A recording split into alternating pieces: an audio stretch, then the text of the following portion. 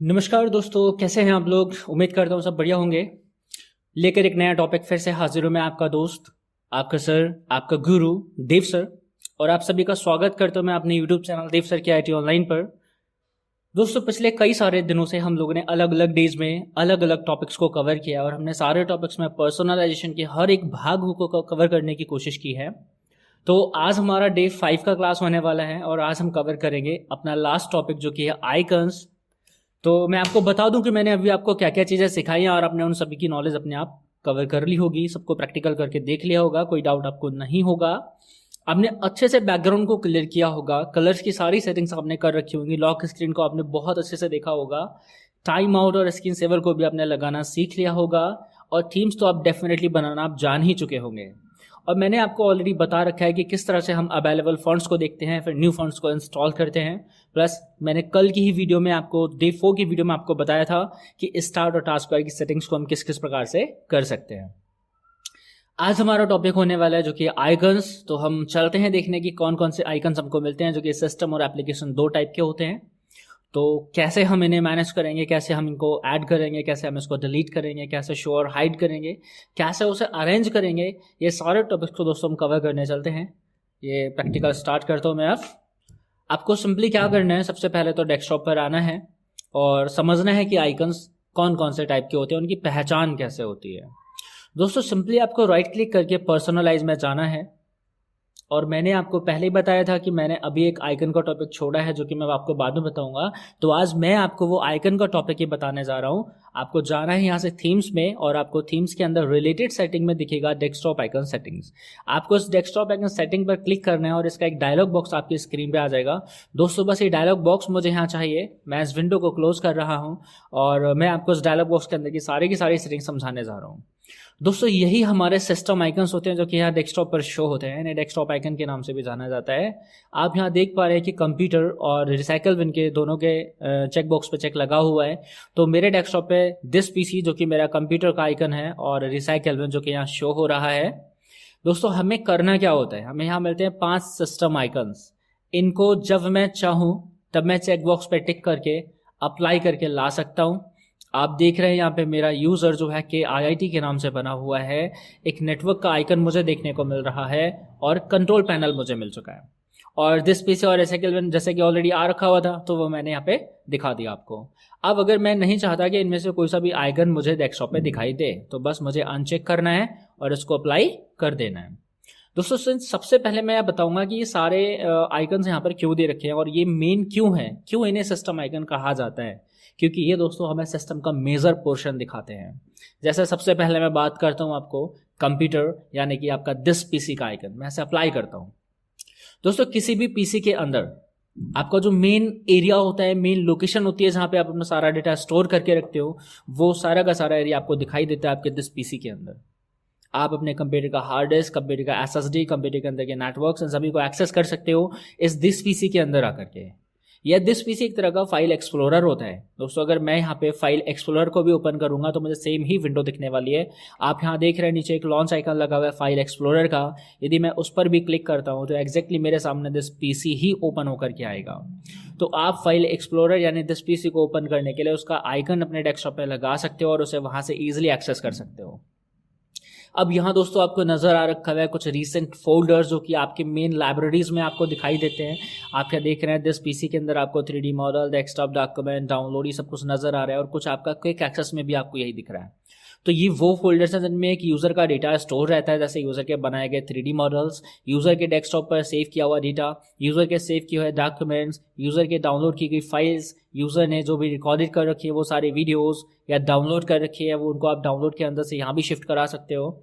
User के द्वारा click की गई सारी की सारी पिक्चर्स, लिए गए सारे के सारे स्क्रीनशॉट्स यहाँ पर आते हैं। और अगर यूज़र ने कोई म्यूज़िक अगर डाउनलोड किया है और उसने यहाँ स्टोर किया तो आप यहाँ से स्पेशली देख सकते हो। नेक्स्ट आपको नज़र आता है सेक्शन में डिवाइसेस एंड ड्राइव्स। तो दोस्तों, डिवाइसेस यानी आपका जो रिमूवेबल डिवाइस हो सकता है, जैसे आपका पेन ड्राइव है या फिर आपका एक्सटर्नल हार्ड डिस्क है, आप यहाँ पर अगर उसको अटैच करोगे तो दोस्तों वो डिवाइसेस के थ्रू गिना जाएगा, यानी उसको डिवाइसेस में आप काउंट करोगे। और ड्राइव्स की अगर मैं बात करता हूँ तो ये ड्राइव्स इंटरनल होती हैं, जो कि एसएसडी या फिर हार्ड डिस्क ड्राइव के तौर पे आपके पीसी में प्री इंस्टॉल्ड होती हैं। दोस्तों मेरे केस में मेरे सिस्टम में दोनों ही चीज़ें अवेलेबल हैं, और ये मेरे पास एक 120 GB का SSD लगा हुआ है जिसमें मैंने विंडो 10 इंस्टॉल कर रखा हुआ है, और बाकी मेरे पास 500 GB का एक HDD है, हार्ड डिस्क ड्राइव है, जिसमें मैं अपना डेटा स्टोर करके रखता हूँ। दोस्तों तो ये आपका एक पीसी का एक ऐसा लोकेशन है जहाँ पे आप अपने पीसी के सारे डेटा को एक्सेस कर सकते हो। तो इसी डेटा को आपको दिखाने के लिए आपको आइकन मिलता है दिस पीसी का। नेक्स्ट आइकन दोस्तों हमें मिलता है रिसाइकल बिन, और ये रिसाइकल बिन बड़ा ही प्यारा फंक्शन है। अगर दोस्तों ये नहीं होता तो काफ़ी लोगों को काफ़ी बड़ा नुकसान भी उठाना पड़ जाता। अब कैसे उठाना पड़ जाता है मैं आपको वो भी समझाता हूँ। मैं दोस्तों यहाँ पर एक फाइल बनाता हूँ। सिंपली आपको राइट क्लिक करना है, न्यू पे जाना, और एक सैम्पल के तौर पे टेक्स्ट डॉक्यूमेंट को लाना है। इसको आपको कोई नाम दे देना है, नहीं भी दोगे तब भी काम चल जाएगा। अब ऐसा थोड़ी देर को सपोज कर लेना दोस्तों ये मेरी बहुत ही इंपॉर्टेंट फाइल है, इतनी इंपॉर्टेंट फाइल है कि अगर इससे कुछ हो गया तो मेरा लाखों का करोड़ों का नुकसान हो सकता है। इन केस दोस्तों किसी ने इस फाइल को डिलीट कर दिया, अब डिलीट मान लीजिए मेरे से ही धोखे से हो गई या किसी और ने कर दिया, तो ऐसे में मेरा नुकसान तो होना पक्का है ना।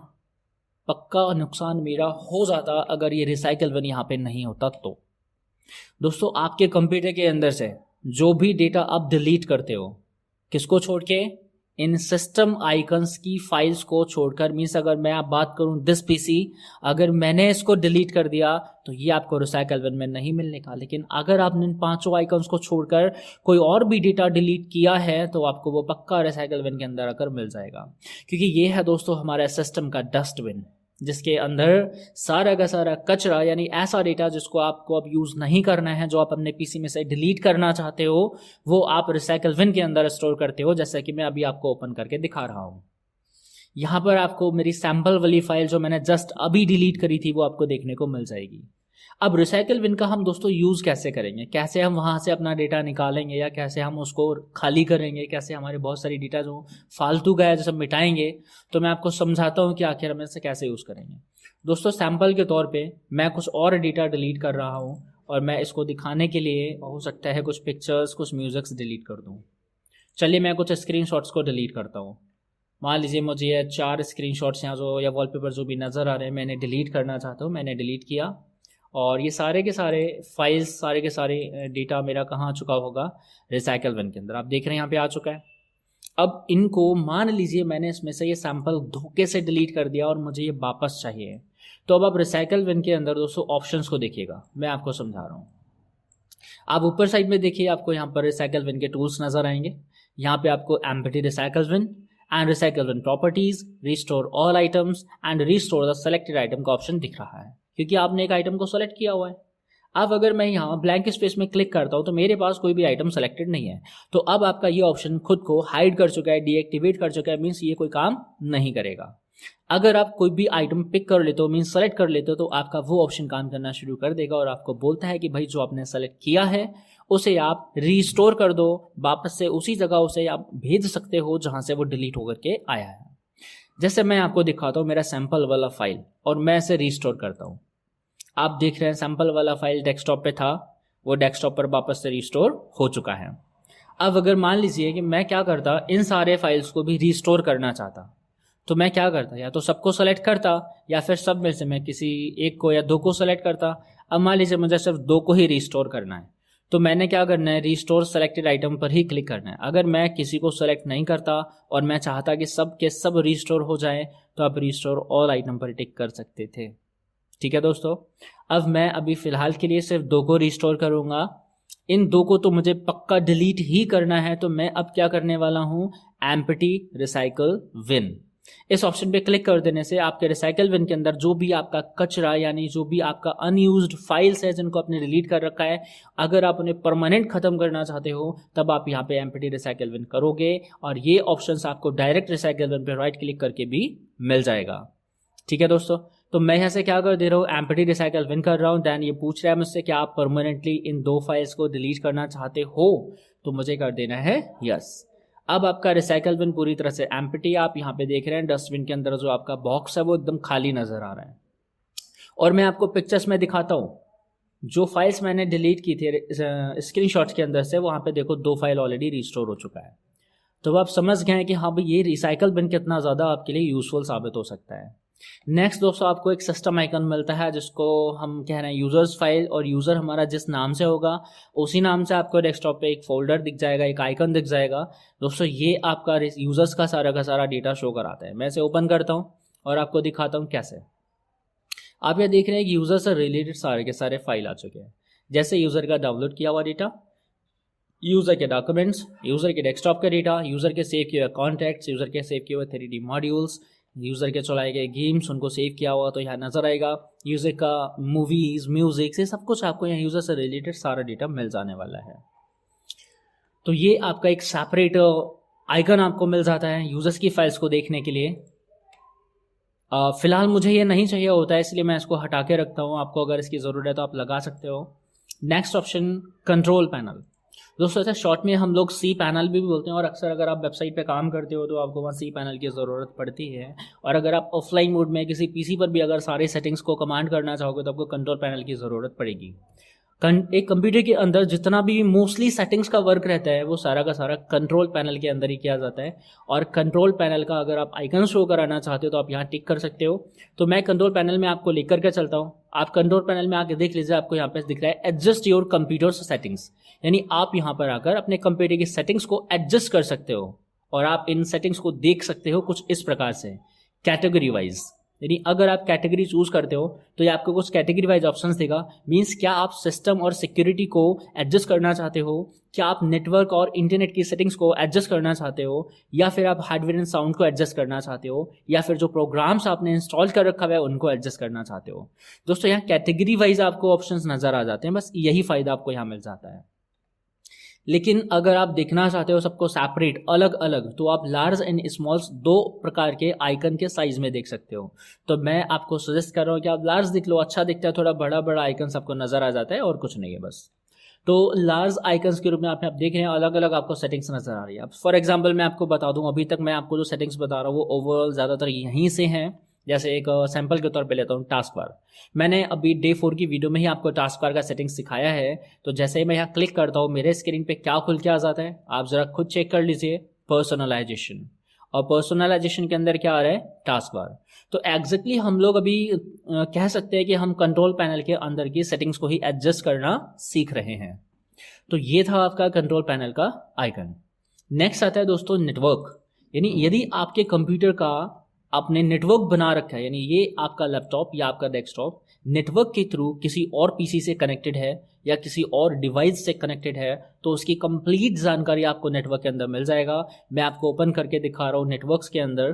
तो आप देखेंगे मेरे पीसी पे कह रहा है कि network discovery is turned of, क्योंकि मैंने टर्न ऑफ कर रखा है। मुझे किसी भी टाइप के नेटवर्क की कोई ज़रूरत अभी नहीं है, क्योंकि मैं सिंगल पीसी यूज़ कर रहा हूँ। मैं किसी और डिवाइस को इससे कनेक्ट अभी नहीं कर रहा हूँ। हाँ, मुझे कभी कभी ज़रूरत पड़ती है अपने मोबाइल के डेटा अपने पीसी पे एक्सेस करने के लिए, तो दोस्तों मैं उसको FTP के थ्रू एक्सेस कर लेता हूँ। और मैंने उसको यहाँ देखिए नेटवर्क के अंदर लोकेशंस में कनेक्ट कर रखे हैं मोबाइल एक्सेस, और मैं जब भी चाहूँ यहाँ से मोबाइल का सारा डेटा एक्सेस कर लेता हूँ। तो आपको समझ में आ चुका है कि एक कंप्यूटर के अंदर सिस्टम आइकन्स की जब बात आती है तो आप इन 5 आइकन्स को ऐड कर लोगे। अब मैं दोस्तों एक इंटरेस्टिंग चीज़ आपको बताता हूँ। जैसा कि मैंने आपको कहा कि आप रिसाइकल बिन ले लीजिए, और रिसाइकल बिन में आप कोई भी डेटा डिलीट कीजिए। जैसे आपने सैम्पल को डिलीट किया, ये सैम्पल वाला फाइल जब आप डिलीट करोगे तो पक्का कहाँ आ जाएगा, रिसाइकल बिन के अंदर। लेकिन ज़रा आप कंट्रोल पैनल को डिलीट करो, आप नेटवर्क को डिलीट करो, या फिर आप यूज़र को डिलीट करो, तो आप देखोगे कि वो इस रिसाइकल बिन में नहीं आएगा। वो उसमें एक्चुअली आ ही नहीं सकता, क्योंकि वो एक सिस्टम आइकन है, ठीक वैसे ही जैसे ये रिसाइकल बिन है। तो रिसाइकल बिन आपके इन 5 सिस्टम आइकन को छोड़ के बाकी सारी फाइल्स को अपने अंदर स्टोर करेगा, उनका एक टेम्पररी कॉपी बनाएगा। लेकिन दोस्तों एक और तरीका मैं आपको बताता हूँ। मैं पहले से स्टोर कर दूँ, मैंने रीस्टोर कर दिया इसको। अब यदि आप वाकई ऐसा चाहते हो कि आपका कोई डेटा जो आप डिलीट कर रहे हो, चाहे वो सिस्टम हो या ना हो, तो वो रिसाइकल बिन में ना जाए, तो आपको क्या करना है, सिंपली डिलीट करने से पहले शिफ्ट बटन को दबाना है, या फिर आप इजीली प्रेस कर दो शिफ्ट के साथ डिलीट बटन। ऐसा करने पर आपसे मैसेज में पूछा जा रहा है, are you sure you want to permanently delete this file, क्या आप इसे परमानेंट डिलीट करना चाहते हो? तो आपने अगर यस कर दिया तो वो फाइल डिलीट भी हो जाएगा और वो रिसाइकल बिन में नहीं आएगा।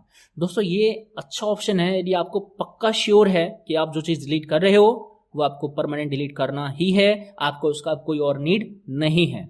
लेकिन अगर धोखे से आपसे परमानेंट डिलीट हो गया तो दोस्तों वो फिर आपको वापस नहीं मिलने का। ये आप ध्यान रखेंगे और बहुत ही समझदारी के साथ आप इस ऑप्शन का यूज करेंगे।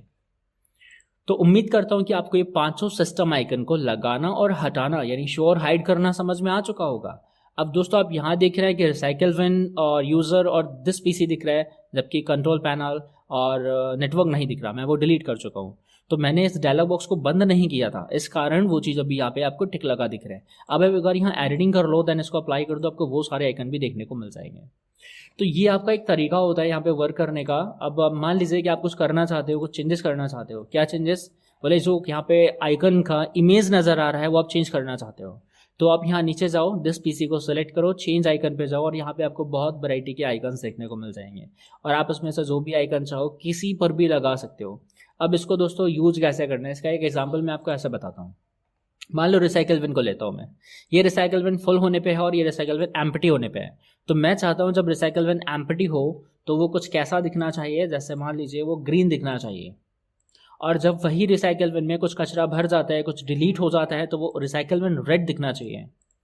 तो ये आपकी फंक्शनैलिटी प्रॉपर काम करेगी। आप देखेंगे अभी आपका रिसाइकल बिन कैसा दिखेगा। ये देखिए रिसाइकल बिन कैसा है, एकदम ग्रीन। और जैसे ही आप कुछ डिलीट करोगे, अब मैं एक और सैम्पल के तौर पे टेक्स्ट डॉक्यूमेंट लेके आता हूँ और इसको मैं राइट क्लिक करके डिलीट कर देता हूँ और आप देखेंगे ये कहाँ जाएगा, रिसाइकल बिन के अंदर जाएगा और रिसाइकल बिन आपको तुरंत कैसा दिख गया, रेड।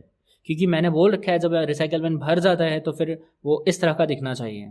तो आप इसको लगा सकते हैं एज ए फंक्शनैलिटी, आपको एक बढ़िया अच्छा फीचर आपको देखने को मिल गया एक तरह से। तो ये आप इस तरह से यूज़ करोगे, ये नहीं कि आपने बस कोई सा भी उठाया आइकन और आपने चिपका डाला, उसका कोई सेंस ही निकल के नहीं आ रहा। भाई ये कंप्यूटर है, मान लो आपने इसको ये लगा दिया, अब आप कह रहे हो भाई ये कंप्यूटर है। तो ऐसा थोड़ी चलता है। आपको ये समझ के लगाना है कि जो आइकन यहाँ पे है क्या वो उसके मीन को पूरी तरह से एक्सप्लेन कर पा रहा है, आपको इस तरह से लगाना है। तो ये आप ध्यान रखेंगे, आपको ये अनाप शनाप आइकन इस तरह से नहीं लगाएंगे, आपको बहुत ही सेंस के साथ काम करना है। तो ये दिस पीसी को वापस से मैं रिस्टोर कर रहा हूँ, रिसाइकल बिन को रिस्टोर करना है और इसको भी रिस्टोर करना है। वापस से आपको सेम जैसा था वैसा मिल जाएगा। देन आप अप्लाई देन ओके कर देंगे। तो ये थी दोस्तों बात सिस्टम आइकन्स की। अब बात करते हैं एप्लीकेशन आइकन। एप्लीकेशन से मेरा मतलब क्या है, जैसे मान लो मैंने सिस्टम में व्हाट्सअप को इंस्टॉल किया और मुझे व्हाट्सअप का आइकन अपने डेस्कटॉप पर चाहिए, या फिर मैंने वहाँ पे VS कोड को इंस्टॉल किया और मुझे उसका आइकन डेस्कटॉप पे चाहिए, या सबलाइन को मैंने इंस्टॉल किया, आइकन डेस्कटॉप पे चाहिए। तो अभी मान लीजिए मैं इसमें से किसी एक आइकन डिलीट करके आपको दिखा रहा हूँ। मैंने सबलाइन को डिलीट किया और मैं चाहता हूँ सबलाइन का आइकन मुझे डेस्कटॉप पर मिल जाए। और हाँ, मैं रिसाइकल बिन को भी एम्प्टी कर दे रहा हूँ, वो वहाँ पर भी नहीं मिलने का मुझे अब। तो आपको सिंपली जिस प्रोग्राम का आइकन बनाना होता है, जैसे आपका आइकन बनाना होता है, आप स्टार्ट पे जाओ और स्टार्ट पे जाने के बाद आप यहाँ देखोगे आपको सारे ऐप नज़र आ जाएंगे। तो आपने यहाँ पे, जैसे कि मैं अभी बता दूँ, सबलाइन का मैं आइकन बनाना चाहता हूँ तो मैं सबलाइन को सर्च कर रहा हूँ, मीन्स मेरे पास सबलाइन आ चुका है। और सबलाइन को आपको सिंपली ड्रैग एंड ड्रॉप करते हुए इसका एक कॉपी डेस्कटॉप पर आपको ड्रैग करके लाना है और आप देख रहे हो आपको नजर आ रहा है लिंक का ऑप्शन। मीन्स जैसे ही आप यहाँ से ड्रॉप कर दोगे उसका एक लिंक यानी आइकन बनकर आ जाएगा और उसे आप जहाँ चाहो वहाँ सेट कर सकते हो। है ना ईजीएस्ट तरीका। तो आप यहाँ से किसी भी ऐप का आइकन बना सकते हो जो कि आप चाहो। ठीक है दोस्तों, अब इन आइकन्स को अरेंज कैसे करना है हमारा ये नेक्स्ट पार्ट होने वाला है। तो आपको सिंपली ब्लैंक स्पेस में राइट क्लिक करना है बैकग्राउंड पर और जाना है व्यू में। व्यू में जब आप जाते हैं तो आपको ये सारे ऑप्शंस मिलते हैं, ये सारे के सारे आइकन्स पर ही काम करते हैं। फर्स्ट ऑफ ऑल साइज की बात कर लेते हैं। आप आइकन को लार्ज साइज में देख सकते हो, आइकन्स काफ़ी लार्ज आपको नज़र आने वाले हैं। और अगर आप चाहो तो आइकन्स को मीडियम साइज में रख सकते हो, कि सबसे बेस्ट और मैं ऐसे ही प्रेफर करता हूँ। और यदि आप चाहें तो आइकन को स्मॉल भी बना सकते हैं। अब दोस्तों बात ये आती है, क्या आप इतना ही छोटा या आइकन को इतना ही बड़ा कर सकते हो? आप अपनी नीड के अकॉर्डिंग नहीं कर सकते, आप अपनी मर्जी से नहीं कर सकते। तो दोस्तों बिल्कुल कर सकते हैं। आपको कीबोर्ड से कंट्रोल को होल्ड करना है और माउस का स्क्रॉल आपको अप करना है, जिससे कि आपका आइकन का साइज़ बढ़ेगा। और आप देख रहे हैं कितना बड़ा साइज़ मैं आइकन का लेकर जा चुका हूँ। ये मैक्सिमम साइज़ है, इससे ज़्यादा बड़ा नहीं होगा। और उल्टा आपको स्क्रॉल चलाना है तो दोस्तों वहाँ पे क्या होने वाला, आइकन का साइज़ छोटा हो जाएगा। और ये आपका बहुत ही छोटा साइज़ है, इससे ज़्यादा छोटा नहीं होगा।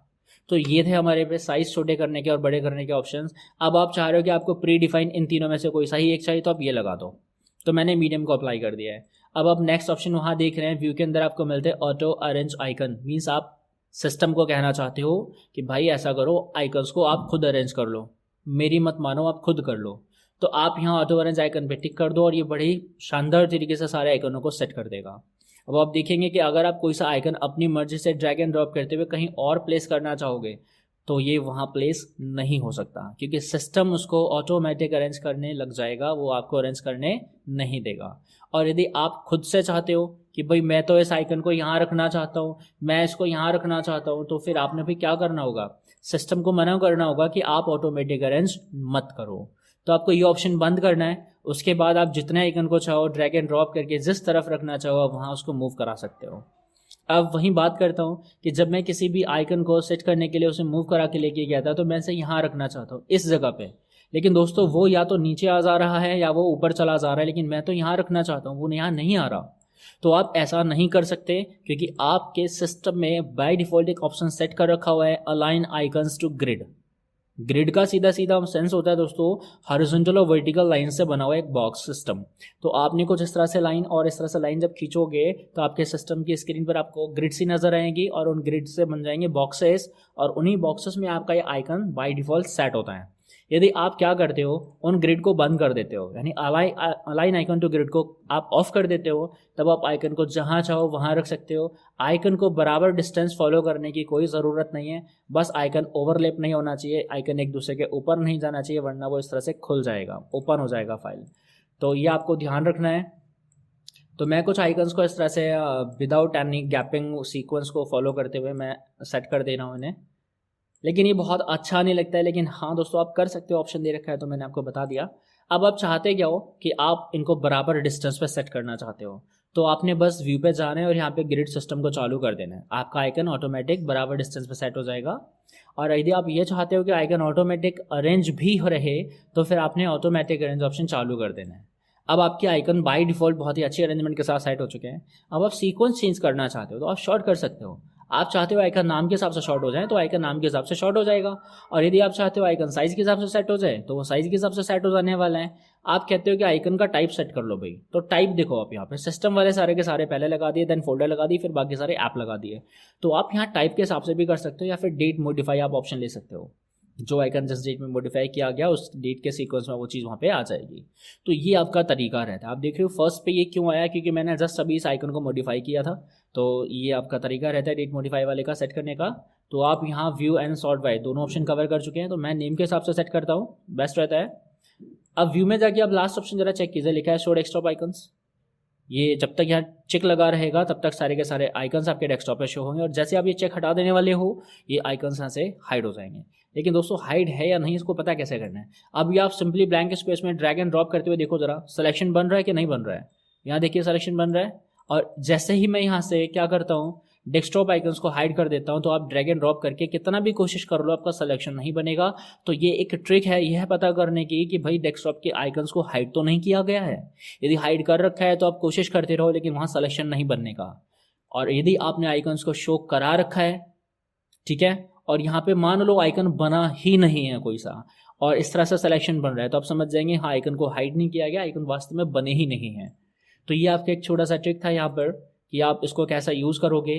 तो आपने व्यू एंड शॉर्ट बाय दोनों ऑप्शंस को समझ लिया है जो कि हमने आइकन्स पे यूज़ करना था। अब मैंने दोनों ही टाइप से आपको आइकन बनाने बता दिए।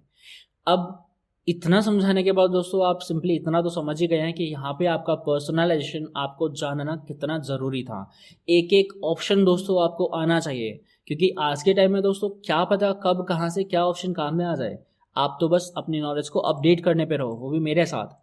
मैं डेली आपको कुछ ना कुछ नया कंटेंट प्रोवाइड करता रहूँगा, बस आप उसको प्यार दीजिए, आप ज़्यादा से ज़्यादा उस टॉपिक को देखिए। आप 2 बार 3 बार देख लेंगे तो आपको एकदम पक्का याद हो जाएगा और आप उसको कभी नहीं भूलेंगे। और मेरी कोशिश रहती है मैं हर टॉपिक आपको बहुत ही आसान शब्दों में समझाऊँ। इतने पर भी अगर कभी आपका कोई डाउट होता है तो आप मुझे डायरेक्टली कमेंट कर सकते हो या फिर मैसेज करके भी आप मुझसे पूछ सकते हो। और जब भी आपका कोई डिमांड होता है कि सर नहीं इस टॉपिक पे मुझे एक वीडियो ला के दीजिए, तो आप मुझे बताइए। अगर मेरे पास ज़्यादा लोगों का सेम कमेंट आता है तो मैं वो वीडियो ऑब्वियसली बना के लाऊंगा, ठीक है दोस्तों। और इस वीडियो को जो मैंने पूरा सीरीज़ बनाया आप ज़्यादा से ज़्यादा शेयर कीजिए, लोगों को बताइए, उसको देखें, उसको वॉच करें, ताकि उनका नॉलेज भी अपडेट हो जाए। तो ऐसे ही ऑसम वीडियोज़ के लिए दोस्तों लाइक करते रहिए और सब्सक्राइब करना बिल्कुल ना भूलें। अगर आप न्यू हैं तो दोस्तों प्लीज़ चैनल को सब्सक्राइब करें। ऐसे ही औसम वीडियो मैं आपके लिए लेकर आता रहूँगा। चलता हूँ दोस्तों, मिलता हूँ अगली वीडियो में। आज के लिए बस इतना ही।